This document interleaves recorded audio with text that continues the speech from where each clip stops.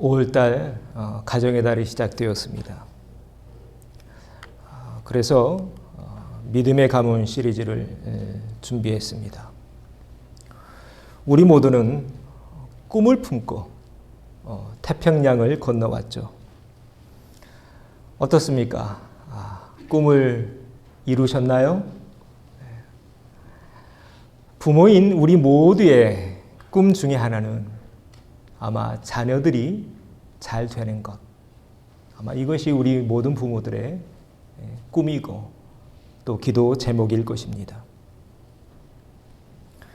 제가 전에 한번 소개해 드렸는데요. 일본 기독교사에 아주 큰 획을 그은 우찌무라 간조라는 사람이 있습니다. 기억나시나요? 네, 이름이 아주 특이해서 기억하실 겁니다. 그 아버지가 사무라이였죠. 사무라이 아버지를 전도해 내게 됩니다. 그래서 이 우찌무라 간조는 중고등학교 때 처음 예수님을 영접합니다. 그리고 온 식구들을 다 구원해내죠. 많은 책을 썼는데요. 구안록이라는 책을 썼습니다. 어떻게 평안함을 얻을 것인가, 구안록이라는 책입니다. 이 책 후반부에 우찌무라 간조가 후세에게 남길 4가지 유산에 대해서 얘기했더군요. 5월달 가정의 달인데 여러분은 여러분의 후손들에게 어떤 유산을 남기고 싶으십니까? 우찌무라 간조는 4가지를 얘기하고 있는데요. 첫 번째가 뭔가요? 돈을 남겨라. 가능하면 많은 돈을 후손들에게 남겨주는 게 좋겠다. 왜냐하면 돈이 뭡니까, 여러분? 돈은 곧 시간이잖아요.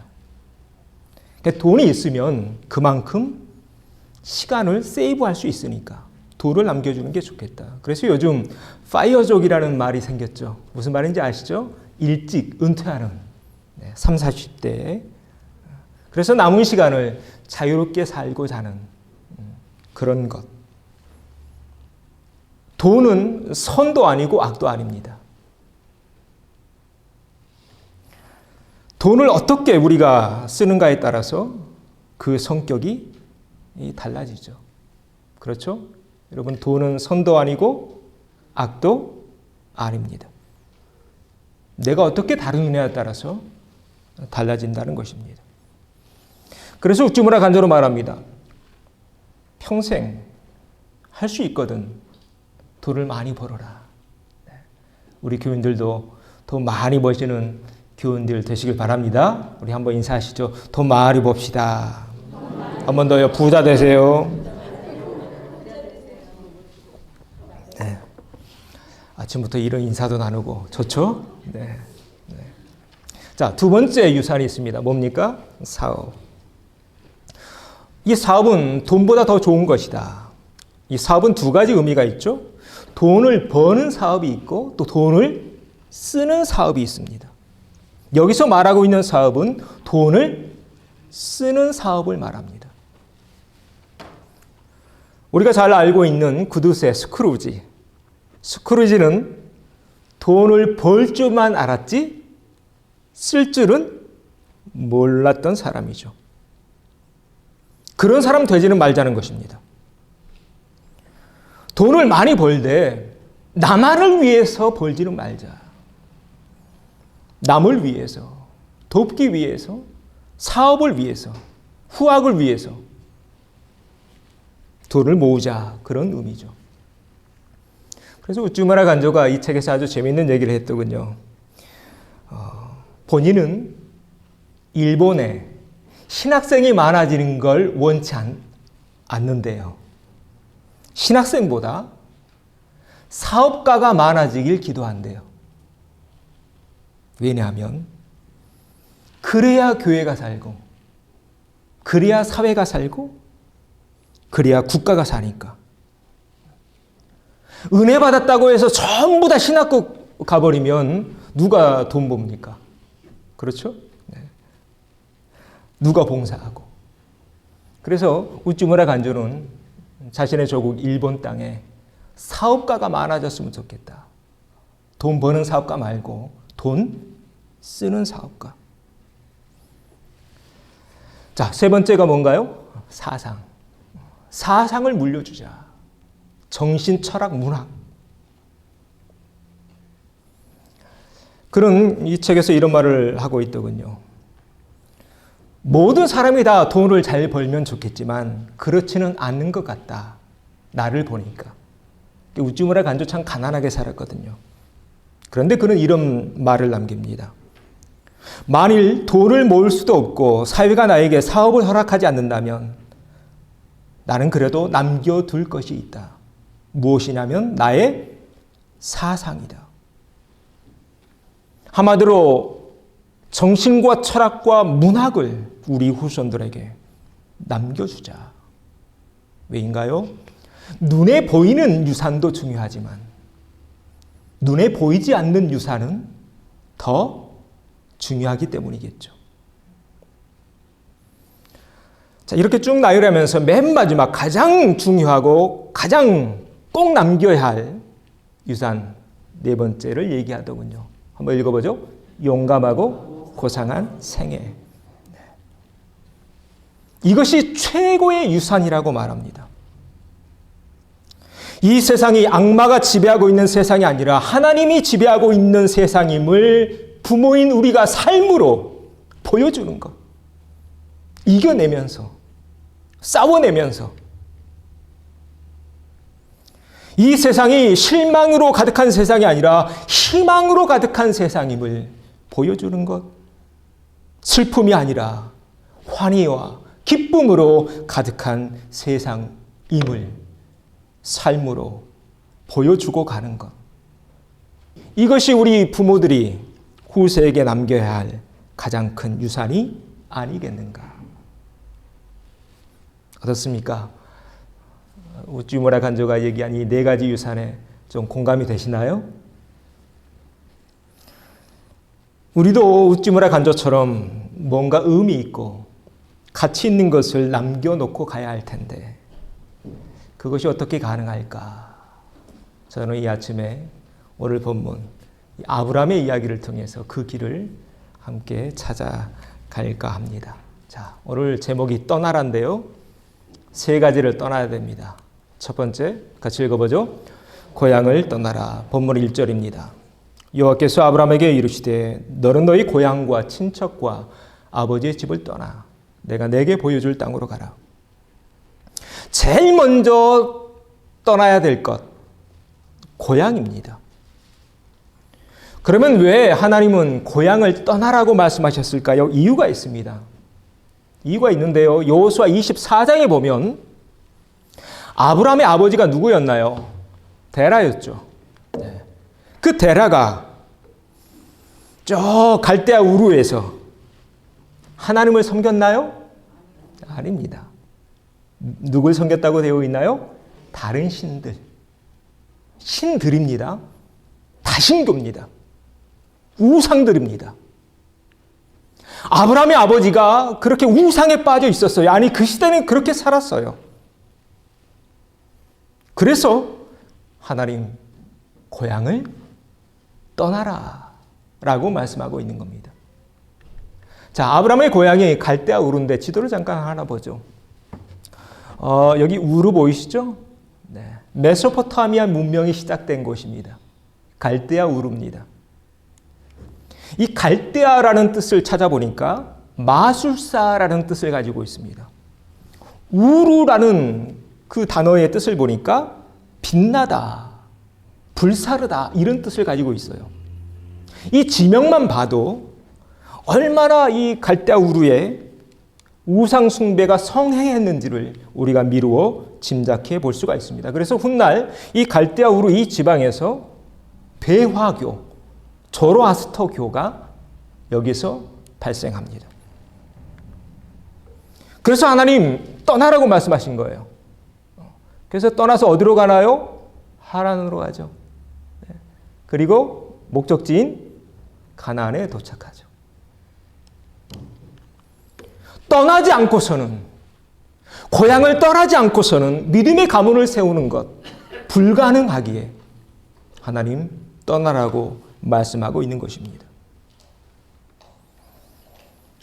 혹 우리 가운데 하나님 믿고 있으면서 아직까지 떠나지 못한 이 갈대아 우루의 모습이 남아있지는 않습니까? 고향을 떠나서 태평양을 건너 기독교 정신 위에 세워진 이 미국에 와 있는데 아직까지 여전히 그 옛날 우리가 조선시대부터 믿었던 그런 점성술이나 운세를 쫓아 살고 있지는 않습니까? 우리가 믿음의 가문을 어떻게 세울 건가? 떠나지 않으면 불가능하다. 그래서 야곱을 보면요. 야곱이 외삼촌 라반의 집에 가잖아요. 그리고 다시 돌아오죠. 그때 야곱이 이렇게 합니다. 우리 이 말씀 같이 읽어보죠. 그들이 자기 손에 있는 모든 이방 신상들과 자기 귀에 있는 귀고리들을 야곱에게 주는지라.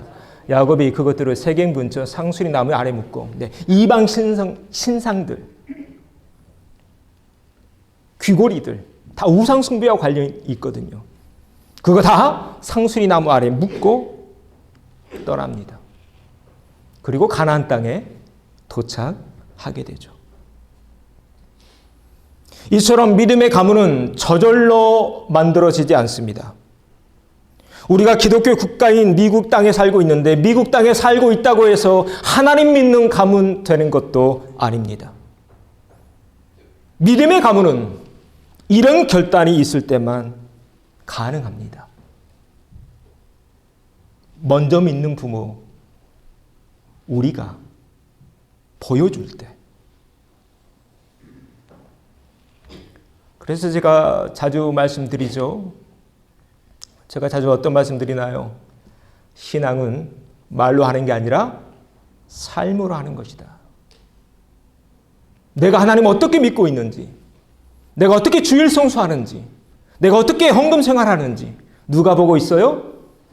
하나님도 보고 계시지만 자녀들이 그대로 보고 있어요. 그대로 따라가는 것입니다. 그래서 지금 떠나고 있습니다. 오늘 아브라함이요. 이때 몇 살이었나요? 75세였습니다. 오늘 이 아브라함의 결단이 저와 여러분의 결단 되어지기를 소망합니다. 그래서 각 가정마다 거룩한 믿음의 전통들이 세워져 가기를 소망합니다. 거룩한 믿음의 그 문화가 가정마다 뿌리 내려지기를 소망합니다. 그럴 때 믿음의 가문은 세워져 가는 것입니다. 우리 옆에 있는 분들과 이렇게 인사하시죠. 떠나야 시작됩니다.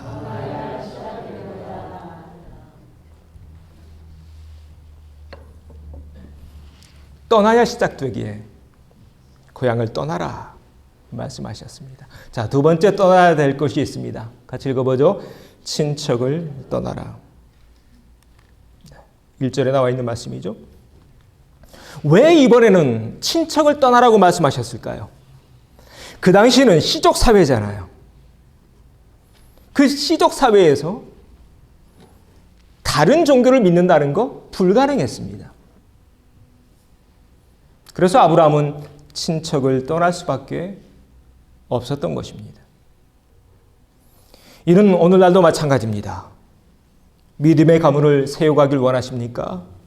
오늘 서두에 봤던 우쭈무라 간조처럼 내가 떠나야 됩니다. 그리고 나만 떠나는 게 아니라 부모님과 동생들과 삼촌들까지 친척들까지 다 떠나게 해야 됩니다.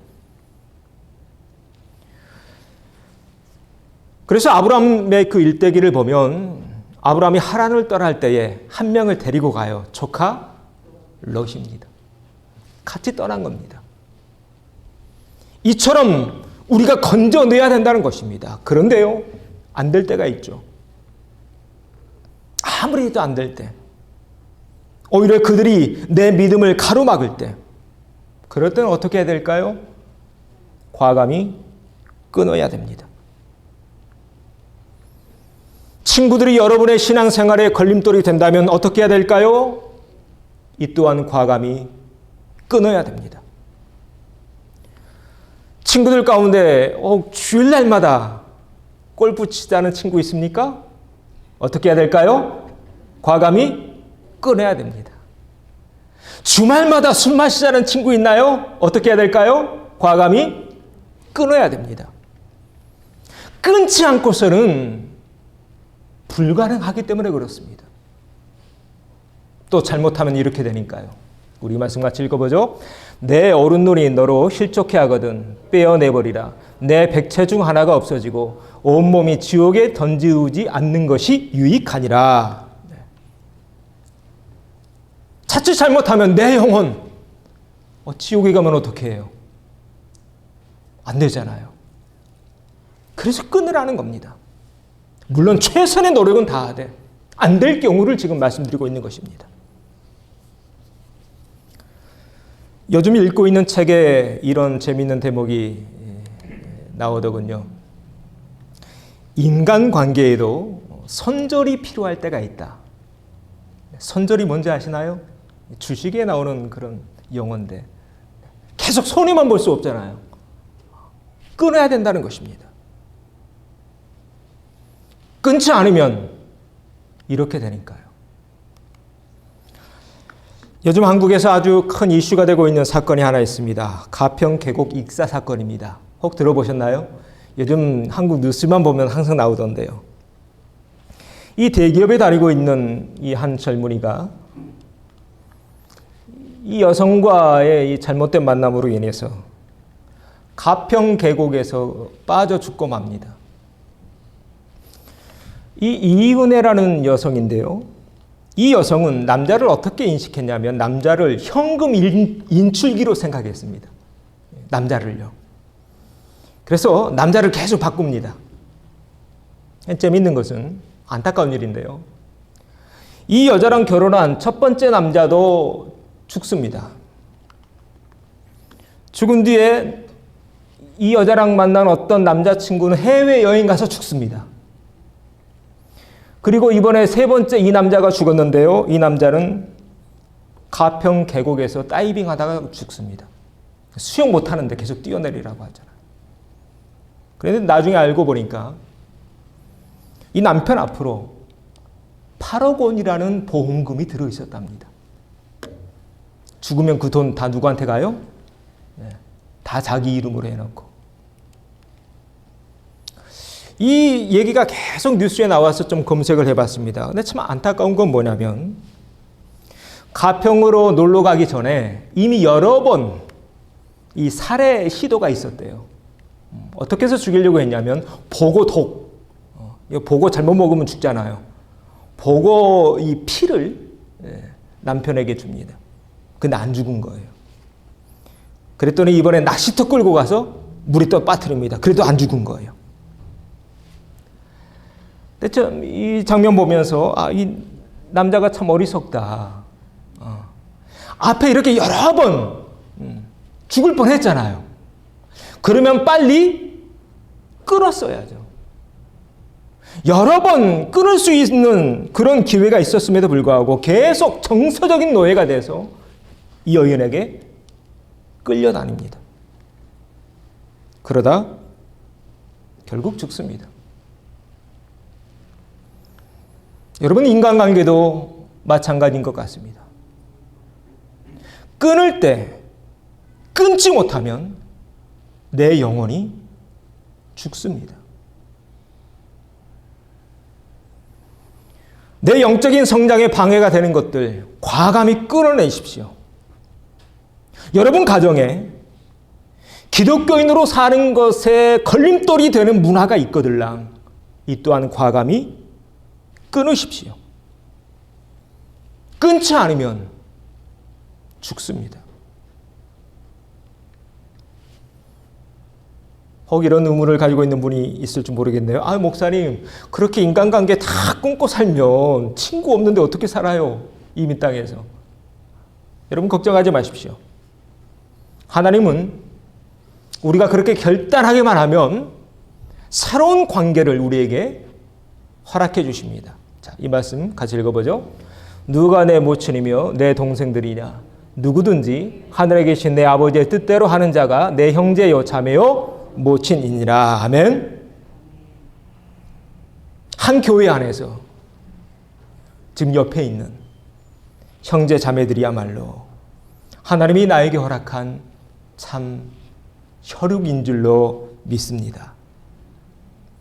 옆에 있는 형제 자매들과 함께 새로운 인간관계를 형성해 가면서 영적인 성장과 기독교 문화를 만들어가는 우리 모두가 되어지기를 소망합니다. 우리 옆에 있는 분과 인사하시죠. 우리는 한 식구입니다.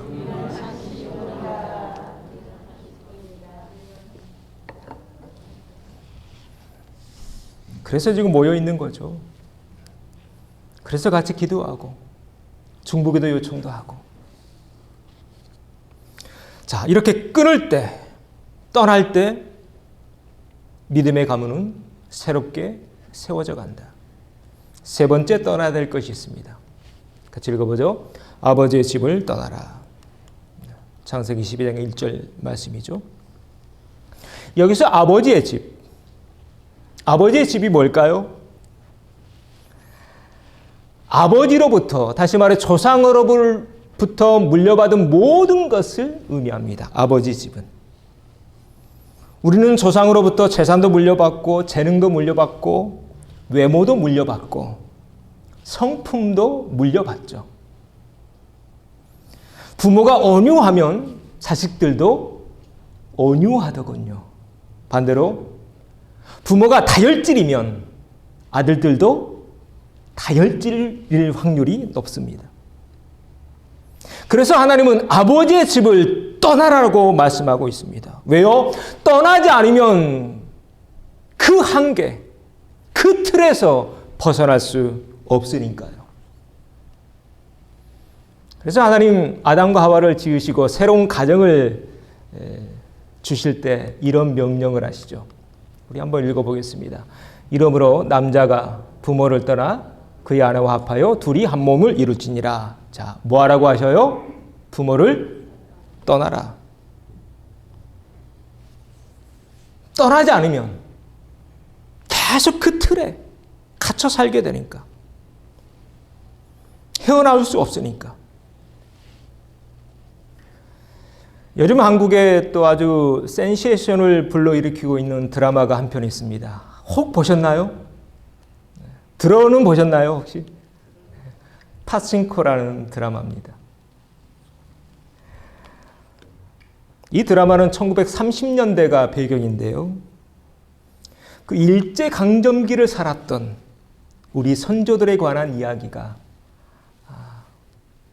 이 드라마에 녹아져 있습니다.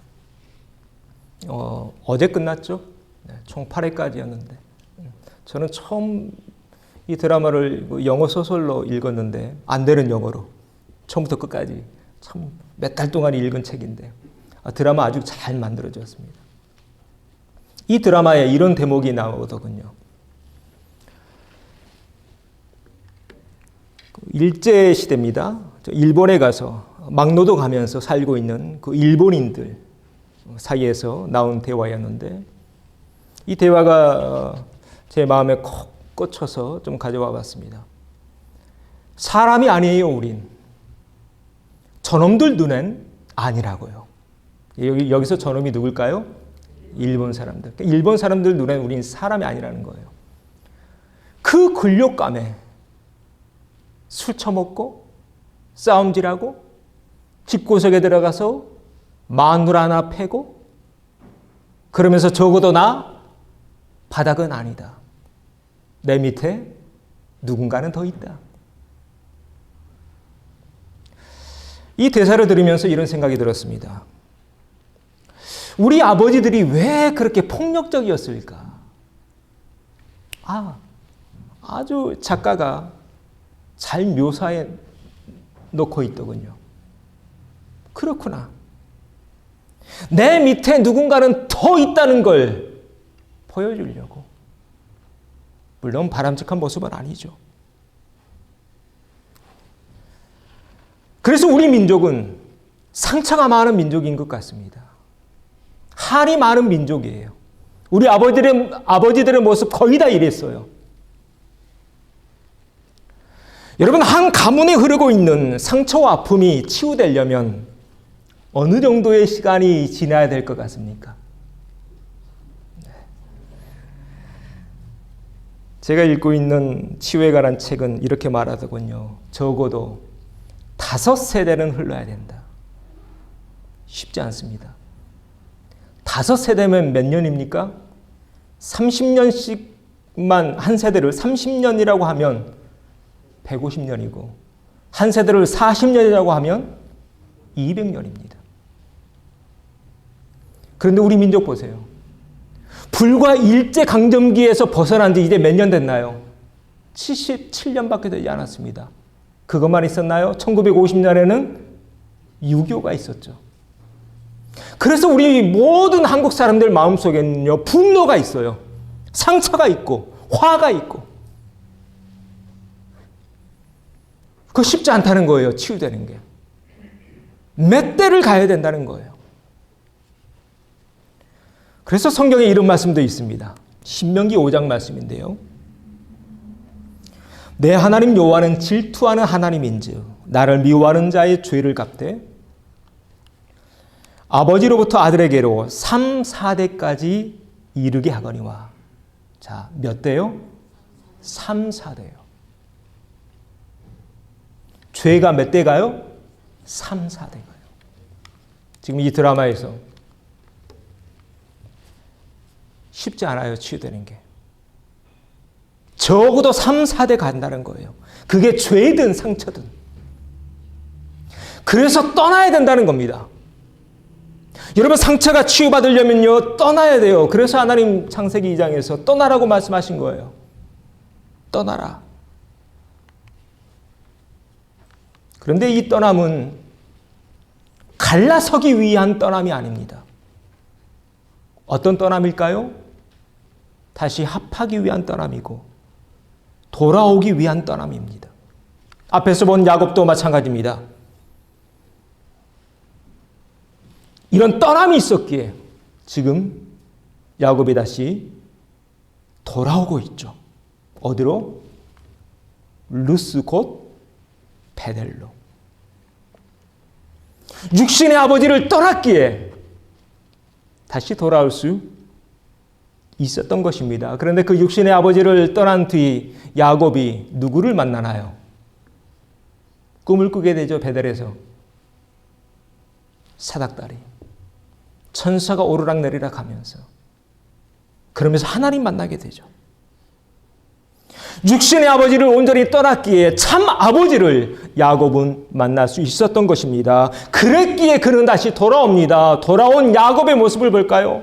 야곱의 마지막 장면입니다. 같이 읽어보죠. 에서가 달려와서 그를 맞이하여 안고 목을 어금 맞추고 그와 입 맞추고 서로 우니라.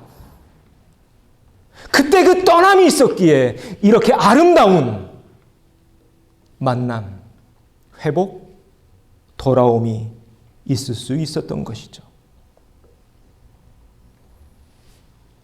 사랑하는 형제자매 여러분, 기억하십시다. 오늘 본문에서 하나님 떠나라고 말씀하십니다. 왜요? 떠나야 야곱처럼, 아브라함처럼 참 아버지를 만날 수 있으니까요. 참 아버지를 만나야 내 마음속 깊은 곳에 있는 상처와 아픔 치유될 수 있으니까요. 그래서 예수님은 우리에게 기도를 가르쳐 주실 때 그 첫 마디가 이렇게 시작됩니다. 같이 읽어보죠. 하늘에 계신 우리 아버지여, 이름이 거룩히 여김을 받으시오며 하늘에 계신 분이 우리의 누군가요? 아버지라. 아버지. 여러분에게 묻겠습니다. 여러분의 아버지 누구십니까?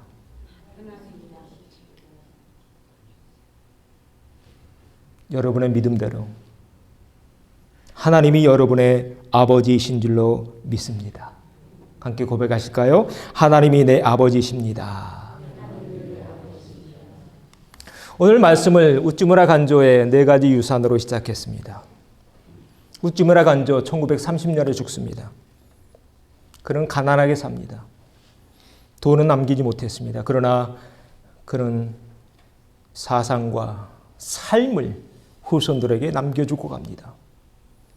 그로 인해 1930년대에 일제시대였지만 그 일본에서 전쟁에 반대하는 운동이 시작됩니다. 약자를 돌보는 운동이 일본에서 일어나기 시작합니다. 그는 죽었지만 그의 정신과 삶은 여전히 살아 일본을 밝히는 작은 등불이 된 것입니다. 오늘 본문의 주인공 아브라함도 마찬가지입니다. 그는 한평생 많은 걸 남기지 못했습니다. 그는 딱 아들 한 명을 남깁니다. 누굽니까? 이삭입니다. 그는 평생 하나만 남깁니다. 그러나 그가 보여준 삶과 정신은 그 가문의 문화가 됩니다. 그래서 그 가문, 믿음의 가문이 되죠. 그리고 이 말씀, 우리가 너무나 좋아하는 이 말씀처럼 그 가문에게 모든 것을 더하십니다. 자, 우리 이 말씀 같이 읽어보겠습니다. 너희는 먼저 그의 나라와 그의 의를 구하라. 그리하면 이 모든 것을 너희에게 더하시리라. 정말로 아브라함의 가문이 이렇게 되죠. 아브라함의 육적인 후손인 이스라엘의 역사를 보십시오. 예수님을 통해 아브라함에게 접붙임받은 국가들을 보십시오. 기독교 정신 위에 세워진 이 미국 땅을 보십시오. 이 말씀이 사실임을 증명해내고 있죠. 믿음의 가문 어떻게 세울 수 있을까요? 오늘 말씀을 통해서 보았습니다. 바라기는 고향과 친척과 아비집을 떠나 참 아버지를 만나는 우리 모두가 되어지기를 소망합니다.